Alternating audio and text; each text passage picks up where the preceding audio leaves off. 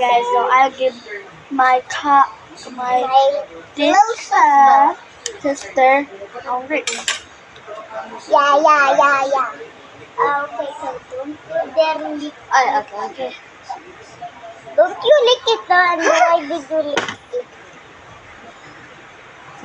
Why are you licking it? Huh?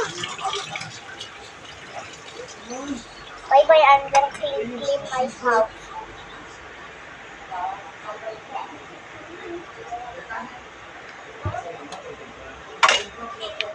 Stop sa namin magkaon sa. So guys, she will eat right now. I think she's finished. So I'm guys, sad. we're gonna eat now. Ah. She like grapes actually. Look, what? I don't like grapes. Grapes is my hated fruit.